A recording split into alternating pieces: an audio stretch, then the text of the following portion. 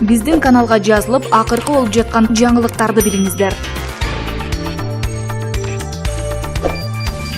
Дилшат Нажмидиновдун Кыргыз элине Садыр Жапаров тууралуу кайрылуусу. Урматтуу кыргызстандыктар, эр жигиттер эзелтеден эле элди жерди коргоп келген. Тактап айтканда, жакшыны жакшы десе күндө жакшы, жаманды жаман десе күндө жаман дегендей. Акыркы учурларда жигиттердин социалдык тармакта ынтымакка келбей иттей ырылдап келе жатканы туура эмес. Буга чейин саясатта эл тарабынан колдоого алынган президенттер болбой койгон эмес. Буга чейинки президенттерибиздин элине көрсөткөн жакшы иштери деле көп эле болгон. Тилекке каршы жанындагы кошомат жан жөөкөрлөрүнүн себебинен баштаган иштери аягына чыкпай эле Кыргызстандын өнүгүп өсүшүнө жолтоо болуп жатты. Жыйынтыгында ийгиликтерин көрө алган жокпуз. Азыркы жаңы шайланган президентибиз Садыр Жапаров кызматына кириши электе инаугурация иш-чарасына шылтоо кылып, тескери нукка буруу аракеттер күч алып баштады. Бирок кубандырган жери Садыр Нуркожоевичтин эл менен жакын мамиле болгондуктан бардык маалыматтардан кабардар болуп, оперативдүү түрдө чечим кабыл алып, инаугурацияга кете турган каражатты бир топко кыскартты. Урматтуу кыргыз элим, келиңиздер, жакшылыкты жаман жака бурбай, бир жакадан баш, бир жеңден кол чыгарып ынтымакта болуп, өзгөрүүнү өзүбүздөн баштап, жакшы ниет, жакшы иштерге умтулайлы. Мисалы, кошуна Өзбекстан өлкөсүнүн президенти Шавкат Мирзиёевдин жасаган иштерин эли чоң колдоо көрсөтүп, ыраазы болуп, сыймыктанып ак батасын берет. Биз дагы сырттан сынап карап турбай, Садыр Нуркожоевичтен колуна кол, бутуна бут болуп, чоң ынтымакта Кыргызстаныбызды, кошуна жана эл аралык өлкөлөрдүн арасында жакшы сапаттарыбызды көрсөткөнгө аракет кылалы. Мен Садыр Нуркожоевичти жакшы билген адам катары белгилеп кетким келет. Коррупциялык иштерге, тууган урукту колдоо жана ошого окшогон туура эмес кадамдарга барбастыгына көзүм жетет деп айтып кетем. Сиздерди терең урматтоо менен Дилшат Нажмидинов.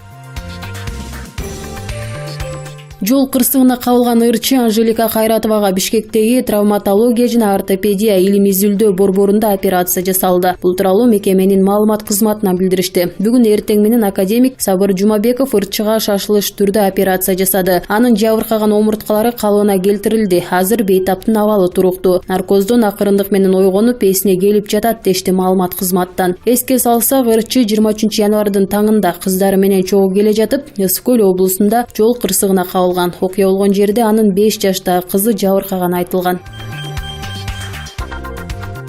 Кадимки жашоо менен оорукана сыртында аз гана убакыт жашадык деп кичинекей Айлиндин ата-энеси кайгыда. Жашоосунун жаңы барактары эми гана башталган Айлин оорунун оорусуноосунда. Ага чукул сөйүк чучугуна операция жасатууга муктаж. Ал үчүн $50,000 талап кылынат. Наристелигине карабай, жакында эле оор операция башынан өткөн. Бирок материалда жаруулар бар экени аныкталган. Доктурлар үмүт бар деп айтышууда. Андыктан кайрадан сөйүк чучугун алмаштыруу керек. Ал үчүн донор катары Айлиндин атасы даяр. Ар бир кайдыгер жаран төмөндөгү реквизиттер менен Айлиндин жашоосун сактап калууга салым кошуңуз. Эл сом 0706 09 09 25 талант.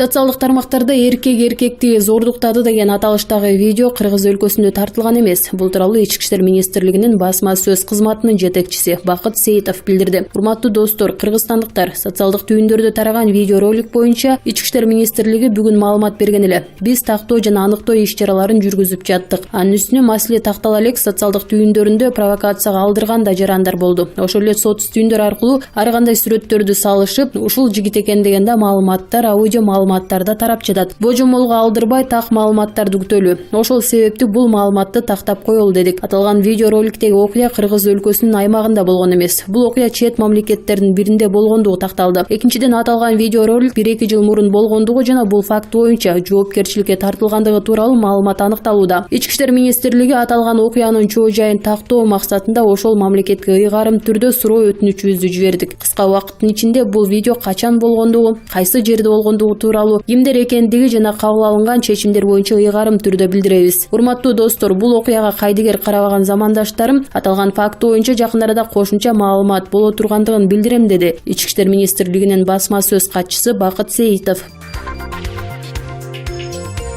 Октябрь кинотеатрынын жанында жайгашкан Таксим кафесинин ээсинин жогорку кеңештин депутаты Камчыбек Жолдошбаевдин адамдар коркутуп жатканы айтылууда. Кафени иштетип келген Али Ифлазоолунун айтуусунда 10 жыл мурун мен Октябрь кинотеатрынын жанында жайгашкан Балтика кафесин ижарага алган элем. Айына 20,000 сомдон ижара акысын төлөйм. Бирок алар эч кандай квитанция беришпейт. 2017-жылы мен жердин ээсине кафени кеңейтүү өтүнүчү менен кайрылдым. Бишкек глав архитектура муниципалдык жерди ижарага кошушу керек болчу. Жердин ээси Чынара Султанбекованын атасы Эрнис менден $70.000 алып, мен документтерди бүтүрүп берем, куруп берсеңиз болот деди. Акчаны берип кура баштадым. 2018-жылы Бишкек мэриясынын кызматкерлери келип, кафенин жаңы кеңейтилген бөлүгүн мыйзамсыз имарат катары бузушкан. Андан кийин Эрнис документтерди чечпестиги аныкталды. Эми ал менден акча алган деп танып жатат дейт. Ошондой эле түрк бизнесменди коркутуп белгисиз адамдар травматикалык тапанча менен да атышкан. Бир унаа токтоп, чоң жигиттер түшүп калышты. Алар кафе жөнүндө сүйлөшүү керек деп коркутуп башташты. Алардын бири травматикалык тапанча менен менин бутума ок атты. Мен Түркиядагы туугандарым үчүн кабатыр болбо деп эч кимге айткан жокмун. Бул адамдардын арасында Жогорку Кеңештин депутаты Камчыбек Жолдошбаевдин адамдары болгон. Себеби ал Таксим кафесин бузуп бизнес борбор кургусу келет. Кафени күрөөгө коюу үчүн Түркиядан ири насыя алгам. Мен дагы 2 жыл төлөшүм керек. Ошондуктан мен эмне кылышты билбейм, деди түрк ишкери.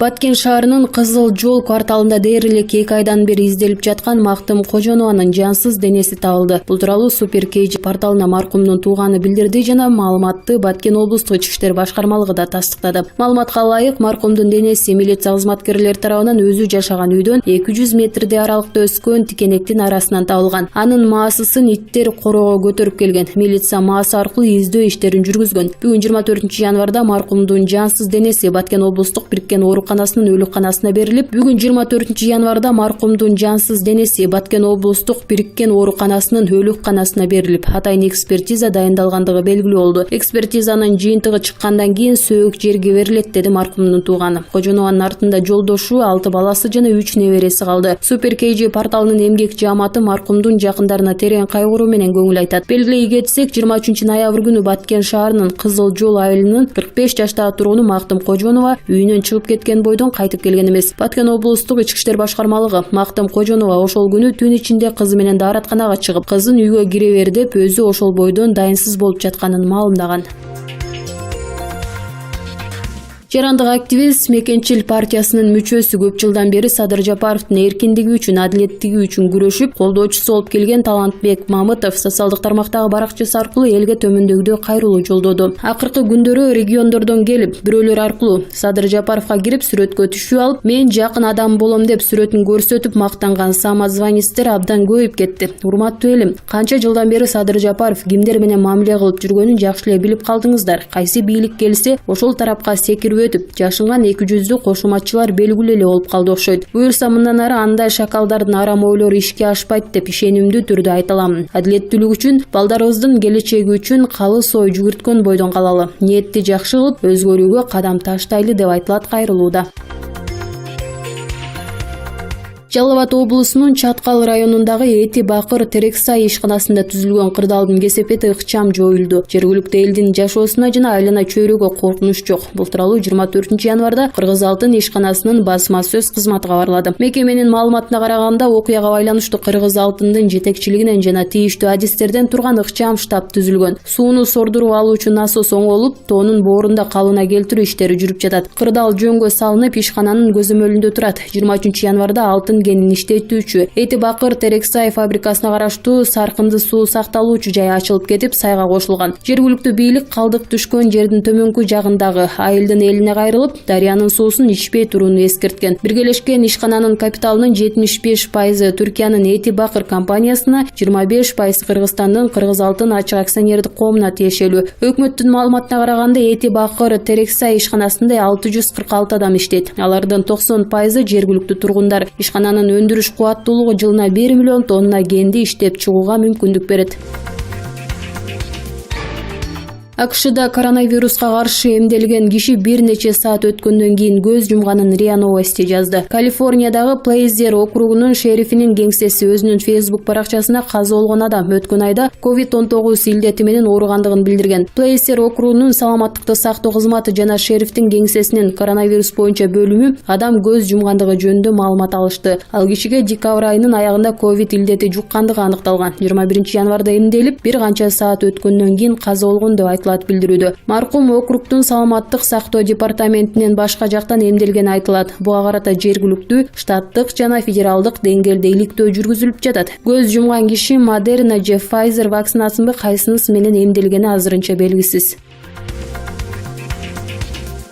Атамбаевди Ала Тоо аянтынан цоке аттырганбы? 2020-жылдын октябрь айында митингде баштап чыккан Алмазбек Атамбаевди Ала Тоо аянтынан чак түштө көз көрүнө анын машинасын аткылаган көрүнүштү ал жердегилер көрүүчүлөр көргөнү маалым. Аткылоону Атамбаев цокенин буйругу деп машинасын ок өтпөс темири өткөзбөй койгонун ачык айткан. Жакында далилдөөлөр такталып ачыкка чыга баштады. Өмүрбек Текебаевдин далилдөөсүндө ошол күнү бир тууган Жээнбековдор, Райымат Райымовдор денеси чымыр спортсмен балдарды региондордон алып келгенин Соке Текебаевге өз оозу менен айтып берген. 3 жолу Кыргыз Республикасынын жогорку кеңештин депутаттарын чогултуп бергенин, эниси Асылбектин, анын досу Төрөбай Зулпокаровдун ишеним кат жаздырганы жөнүндө да кеп кылган. Атамбаевдин кайра бийликке келбеси үчүн камылгасын бир тууган Жээнбековдор ушундай көргөн. Ырчы Нурлан Насип жубайы Асел Кадырбекова жана кызы менен чет өлкөгө учуп кетишти. Буга чейин ал жаңы жылдан кийин жубайы Асел Кадырбекованы Түркияга дарыланууга алып барып келерин айткан. Азырынча жылдыздуу түгөйлөр эмне максат менен кетип жатышканын айтыша элек. Ал ортодо ырчылардын күйөрмандары Асел Кадырбековага ден соолук каалап, мыкты дарыгерлердин көзөмөлүнөн өтүп, Кыргызстанга жакшы жаңылык менен кайтышын жазышууда. Биздин каналга жазылып, акыркы болуп жаткан жаңылыктарды билиңиздер.